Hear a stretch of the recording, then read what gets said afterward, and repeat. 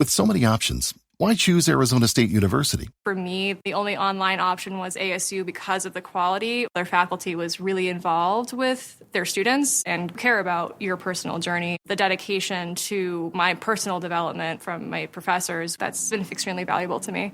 Earn your degree from the nation's most innovative university. Online. That's a degree better. Explore more than 300 undergraduate, graduate, and certificate programs at asuonline.asu.edu.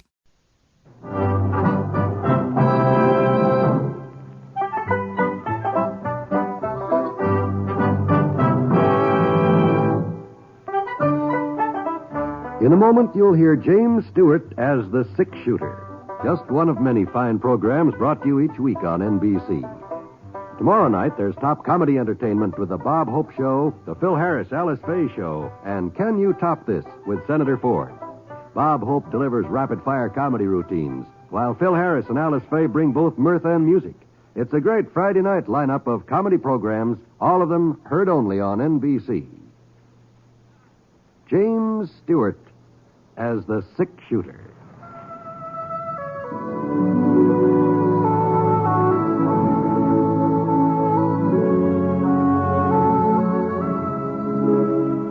The man in a saddle is angular and long-legged. His skin is sun-dyed brown. The gun in his holster is gray steel and rainbow mother of pearl. Its handle unmarked. People call them both the six-shooter.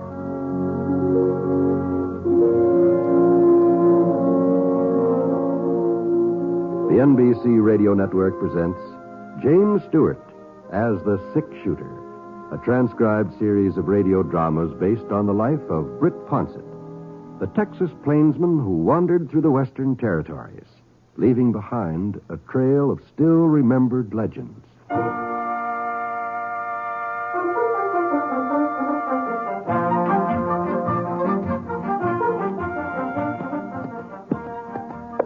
We weren't exactly lost, Scar and me. Well, not completely, anyhow.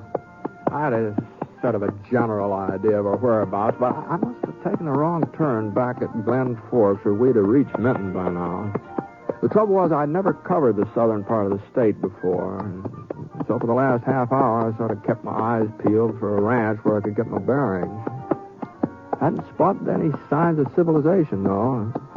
There didn't seem to be any settlers along the trail. And when I finally did come within sight of a house, I almost missed it.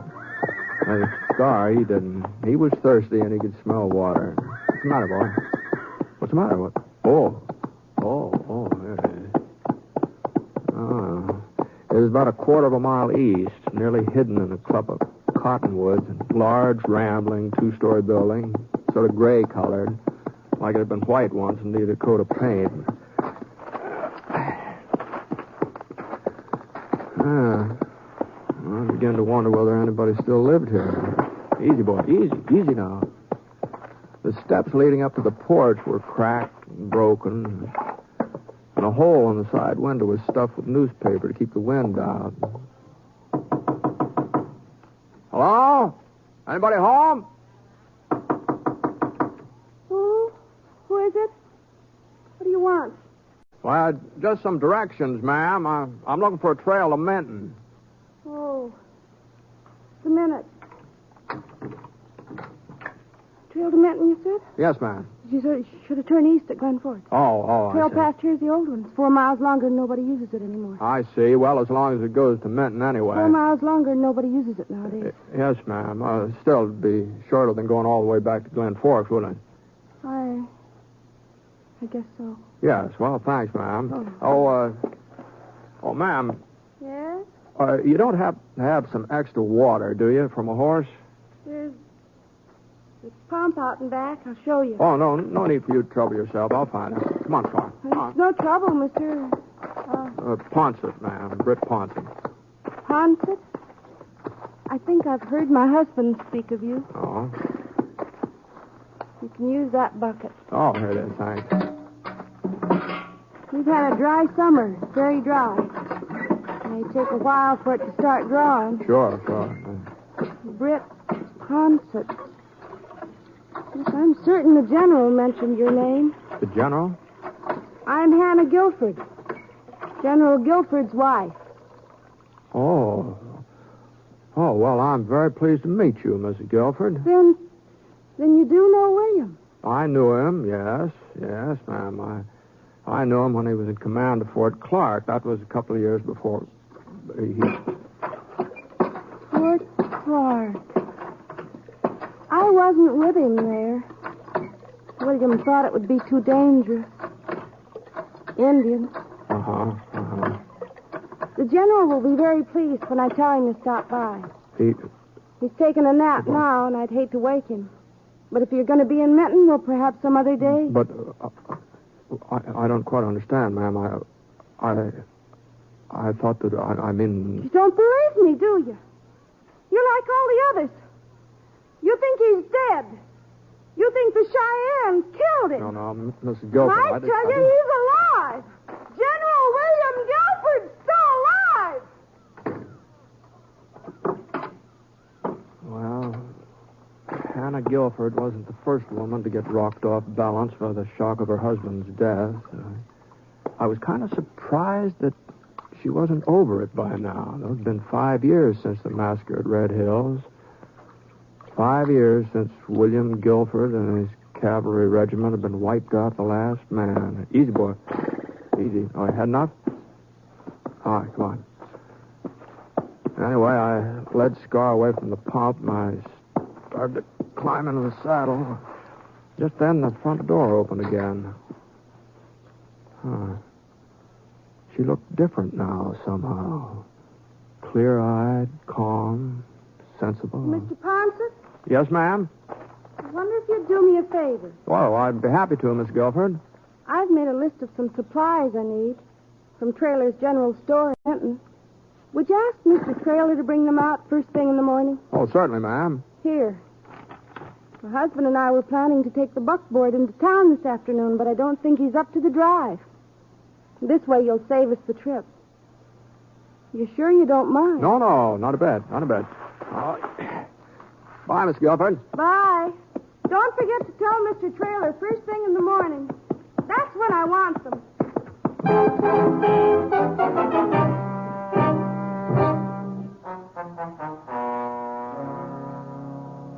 She's not getting this stuff first thing in the morning or any other time. No? I can't go on supporting Hannah Guilford for the rest of her life, Mr. Ponset. You can see that. Sure. I know the general was a hero, give his life fighting for the rest of us, but there's a limit. Feeding her ain't enough. I have to send food for him, too. Yeah, well, I'm afraid I don't understand, Mr. Traylor. Look at this here list of hers. Here, right here.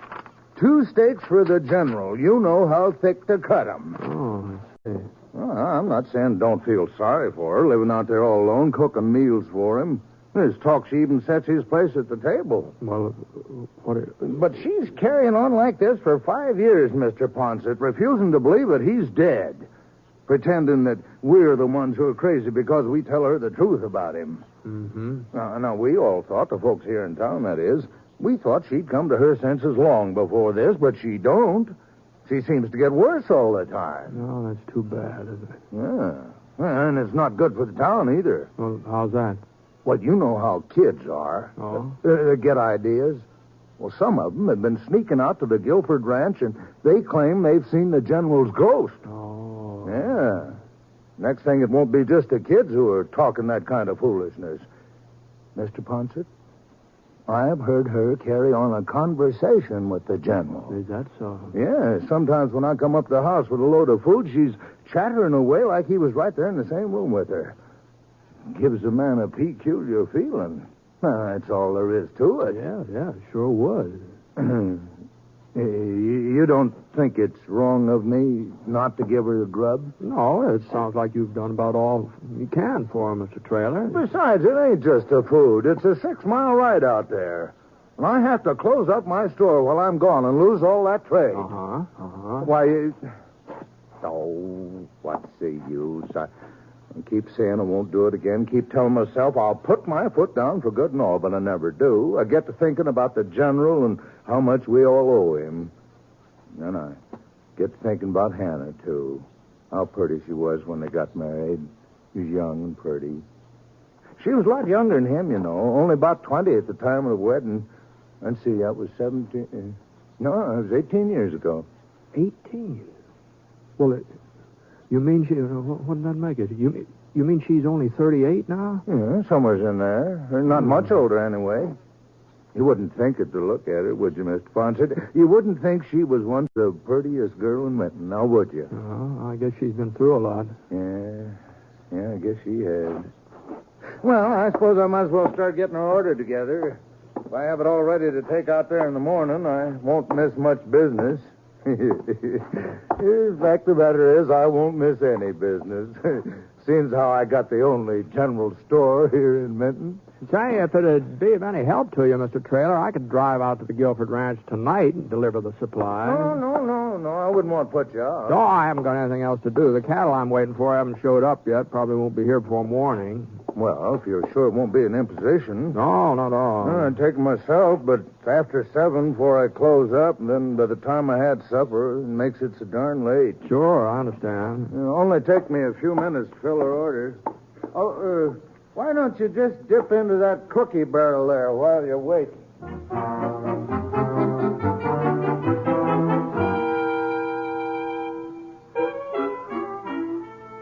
I left Scar at the livery stable, and Trailer loaded the grub for Mrs. Guilford into the buckboard, and I started off for the ranch.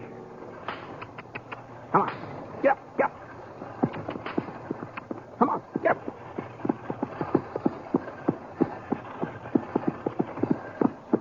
The sun had gone down by the time I got there. It wasn't dark yet, though. You could still see yellow and red over behind the mountains, but the evening star was getting brighter and brighter. Whoa, now.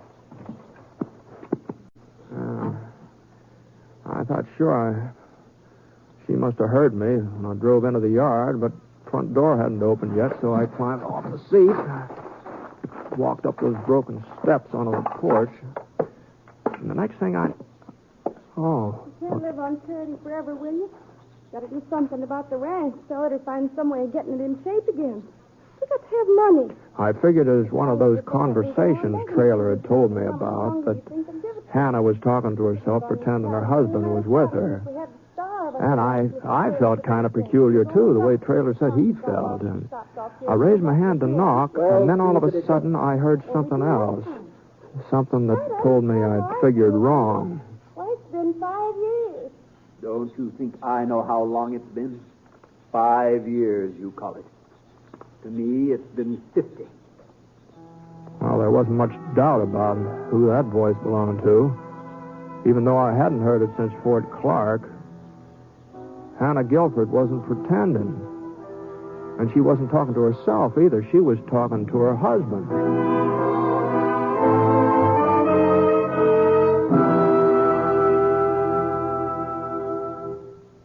We'll return to James Stewart as the 6-shooter in just a moment.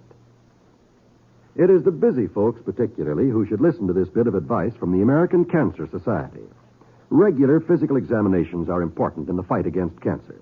Medical science today can cure many cancers if treatment is started soon enough. In other words, to cure cancer, it has to be discovered in its early stages. Regular physical examinations are one of the best ways in the world of detecting the condition in time. Another way is by knowing cancer's 7 danger signals. If you'd like a free list of them, plus a lot of other life-saving information, write today to the American Cancer Society in care of your local postmaster. Providing information to fight cancer is part of the American Cancer Society's job.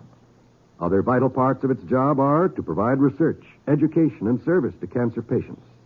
You can help in the fight to beat cancer. This is Cancer Control Month by proclamation of Congress. To help, please send a contribution now to Cancer in care of your local postmaster.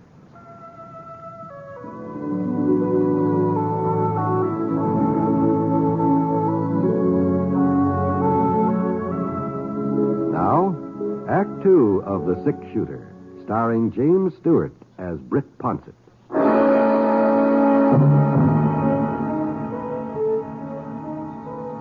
Well, for a minute or so, I just stood there in the Guilford porch listening. Like everybody else, I thought General Guilford was dead, that he'd been killed by the Cheyennes when his regiment was wiped out.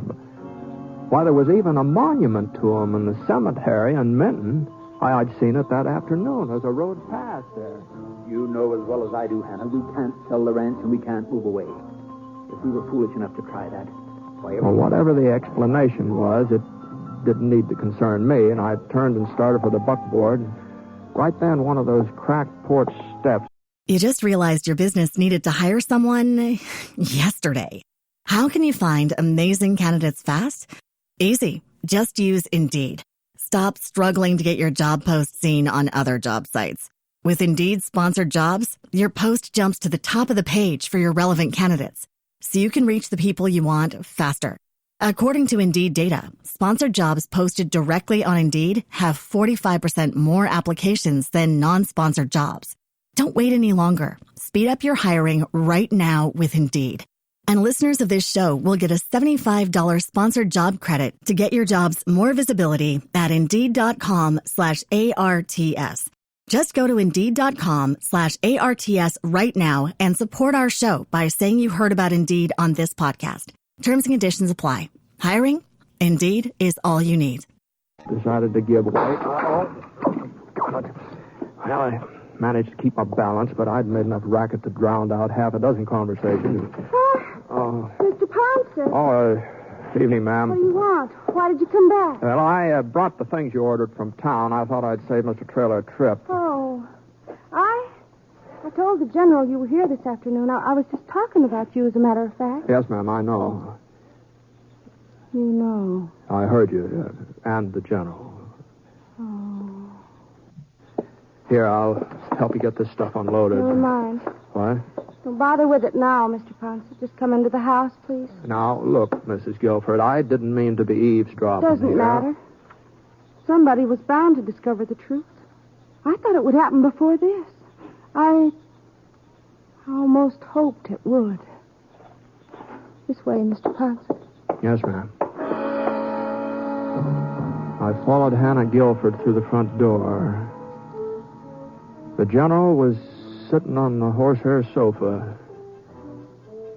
He hadn't aged at all since I last saw him. Funny, the years had speeded up on his wife, but they'd stopped dead still for him.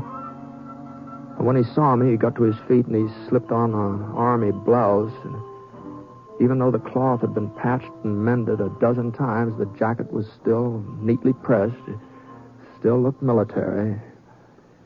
Hello, Britt. General? He heard us talking, William. He heard your voice, too. I see. Why did it have to be you, Britt? Well, I don't quite understand. Anybody else? People would say it was their imagination, that they'd heard a ghost. But they'd never say that Britt Ponset was imagining things. They'd believe you if you told them I was still alive. Oh, you never know what people are going to believe, General. What difference does it make now, William? Somebody was sure to find out sooner or later. Be quiet, Hannah. I want to think. There's nothing to think about. We have to face the truth, that's all. We? I'll stand by you. Always have, haven't I? Yes, my dear, yes. You've been very loyal. But I'm the one they'll court-martial. Not you. Not both of us. Court-martial? The Army doesn't look very favorably on desertion, Britt. Oh? It was an accident, of course. It wasn't intentional. It shouldn't have happened, I know, but my being there wouldn't have made any difference. They'd have all been killed anyway, and me along with them. I see. You weren't at the massacre then? No. I hadn't been feeling well for several days. I didn't know what it was, and the Army doctor with us hadn't been able to help me, so I was riding for Browning when it happened. Yes? If I had expected the Indians to attack, if I had had any idea there were so many of them, I would never have left my men. The scouts told us only 700 or 800. They said the Cheyennes were breaking camp, preparing to withdraw. If I had known there were so many, I would never have left. Yes, but I... How do you think I felt when that corporal caught up with me? The only man who escaped the slaughter. How do you think I felt when he told me what had happened and then died in my arms? Yes, well, maybe if he hadn't died, he'd been able to get help. I went back to them, back to my men. I saw what had happened with my own eyes. It was horrible. Mutilation. Awful. They were my responsibility, but it wasn't my fault. It wouldn't have made any difference if I had been there. But you should have explained it to the Army. I was going to. I wanted to be sure that Hannah understood first, that she was prepared for the shock when the news came out. Then by the time I got there, it was too late. Too late? They were saying I was a hero, that I had died with my men. And if I had gone to the Army, if I had told them my story, I wasn't sure they'd believe me. They might think I had deserted in the face of enemy fire. There was no one to back me up, no one. I couldn't go to the Army. It was too late. I couldn't go to them. So you just stayed on here hiding? You don't know what I've gone through. Oh, I've had my punishment worse than any court-martial could give me.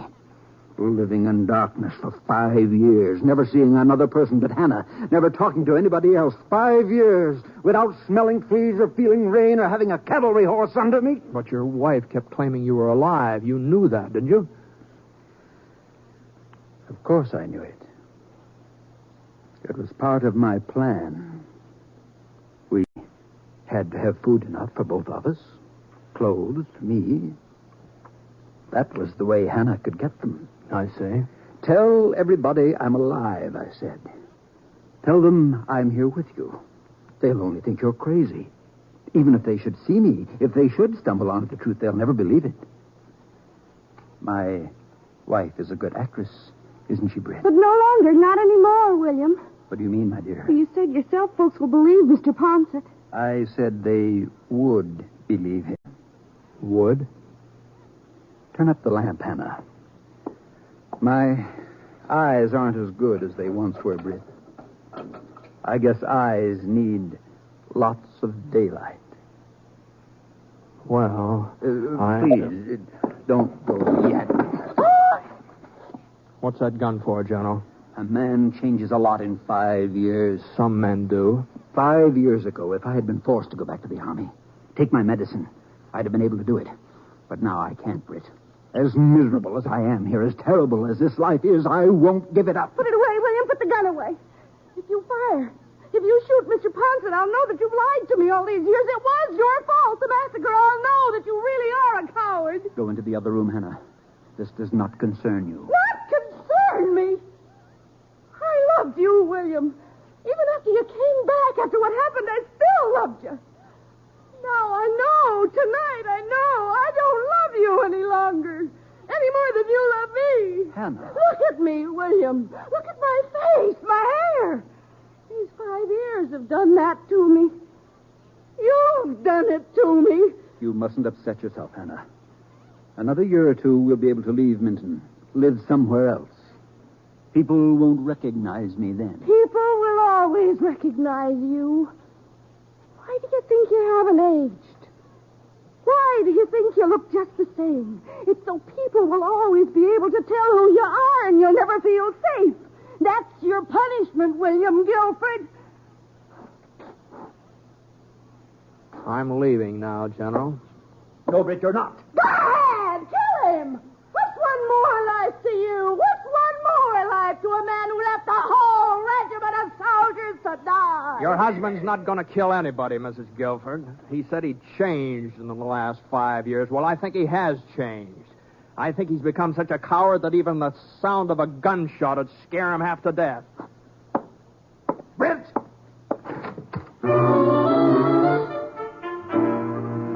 I wasn't being particularly brave walking out in the General like that. You can pretty much tell what a man's going to do when he's holding a gun. The way his eyes look at you. And Guilford's eyes weren't staring at me like he meant business. I started to close the front door, and I just glanced back over my shoulder as I did it. Guilford was walking up the stairs. He was almost at the top, and then all of a sudden he kind of stumbled. Guilford!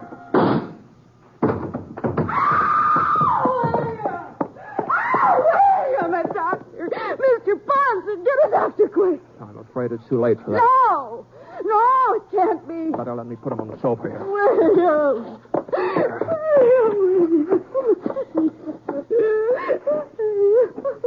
You have any brandy, Mrs. Guilford? Here now. Miss Guilford. Yes, ma'am. I think so. On the sideboard. All right, I'll get it. Yes. Yes, give William some brandy and then he'll be all right. He will be all right, won't he, Mr. Ponset? Here, drink this. Me? But I'm not sick. It's William who's sick. It's William who needs the brandy. The general's dead, Mrs. Guilford. No, you're wrong. That's just what people think. That's what we want them to think. But he isn't dead. He's here with me. He lives here in this house. You've got to get a hold of yourself, Mrs. Guilford. Why do people keep saying the general is No, dead? come on, get a hold of yourself here. Stop shaking me. Stop it. But I didn't stop. I went right on shaking you harder and harder and harder until I thought you was going to faint. And then, for a second, she went limp and let out a pitiful little moan. And then she straightened up and her expression changed. It was sort of like a window curtain being pulled back from in front of her eyes. I'm all right now, Mr. Ponset. Well, I'm sorry if I hurt you any. You had to do it. If you hadn't, I don't know what would happen. Well, you'd better ride back into town with me and spend the night in there, and we can send somebody back here to take care of the general. I can't, Mr. Ponset. I just can't let folks find out about it. Yeah, well, I'm afraid it's got to come out now. Everything? That he left his men to die at the massacre? That he was ashamed to admit it? That he's been hiding here ever since? Isn't there some way we can leave him as he was? Any way at all? Well, I don't know. Just under the circumstances, it'd be Not for pretty myself. hard to... I don't care what happens to me, what they say about me, but the general had been a good soldier once, a fine soldier. What good will it do to destroy that? Well, I know, but it's just...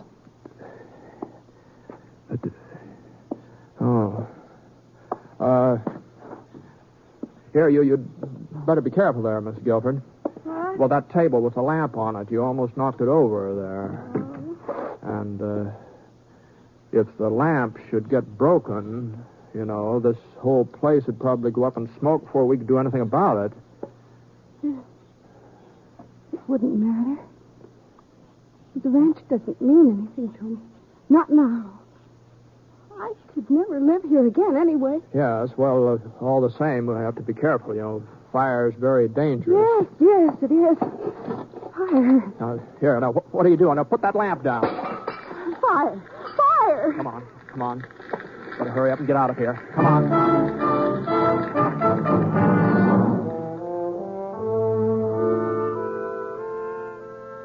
Of course, they found the general's body in the ruins, but they didn't know who it was. And the report got around that it was a tramp who tried to force his way into the house, and she'd shot him. And the fire had been started during the scuffle. Everybody seemed satisfied by that, and as long as nobody asked me, I didn't feel obliged to volunteer any additional information.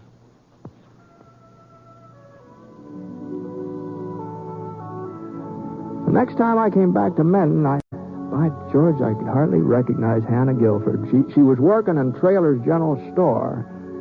And, she looked a good 8-10 years younger than she had before. There was even talk about her and Mr. Traylor getting married. Seems that after the fire, she sort of got a hold of herself, faced up to the fact that the general was dead. At least that's how Traylor explained it to me. He said that the tramp breaking in on her has done some good. He showed me the fellow's grave. It was right in the shadow of the monument to General William Guilford.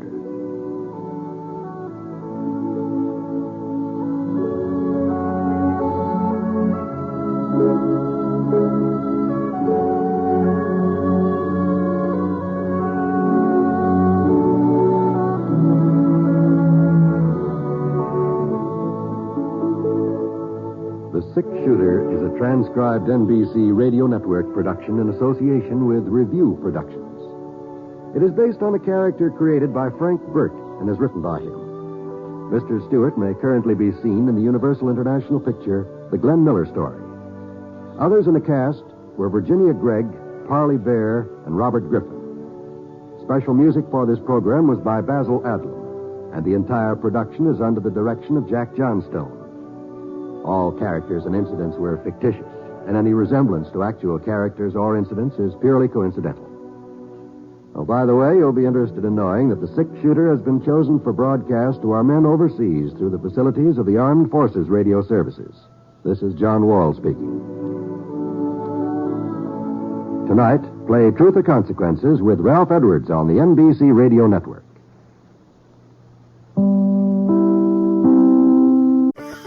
Having a life scholarship and being able to afford to go to college made me feel inspired to go.